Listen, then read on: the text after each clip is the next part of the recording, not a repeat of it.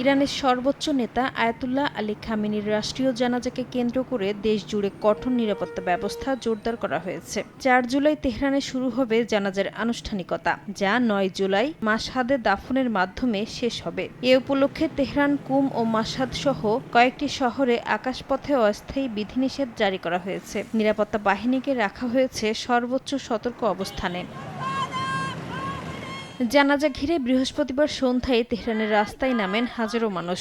রাজধানীর বিভিন্ন এলাকায় শোক ও শ্রদ্ধা জানাতে জড়ো হন সাধারণ নাগরিকরা। দেশটির রাষ্ট্রীয় গণমাধ্যম জানিয়েছে, ৭ জুলাই কুম শহরে বিশেষ শোক অনুষ্ঠান হবে। এছাড়া ইরাক সহ আরও কয়েকটি দেশেও স্মরণ ও শোক অনুষ্ঠানের আয়োজন করা হয়েছে।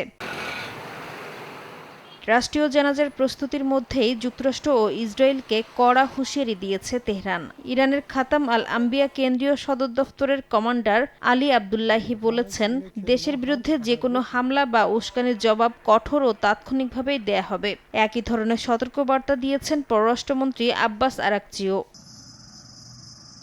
এদিকে হরমুজ প্রণালী নিয়েও বাড়ছে উত্তেজনা। ইরান জানিয়েছে, এই কৌশলগত নৌপথে যুক্তরাষ্ট্রের কোনো হস্তক্ষেপ সহ্য করা হবে না। জবাবে জাতিসংঘ নিরাপত্তা পরিষদের জরুরি বৈঠকে মার্কিন প্রতিনিধি মাইক ওয়ালস বলেন, আন্তর্জাতিক নৌপথ বন্ধের কোনো উদ্যোগ গ্রহণযোগ্য নয়। এর মধ্যে জাতিসংঘ মহাসচিব আন্তোনিও গুতেরেসের সঙ্গে ফোনে আঞ্চলিক পরিস্থিতি নিয়ে আলোচনা করেছেন ইরানের পররাষ্ট্রমন্ত্রী আব্বাস আরাকচি।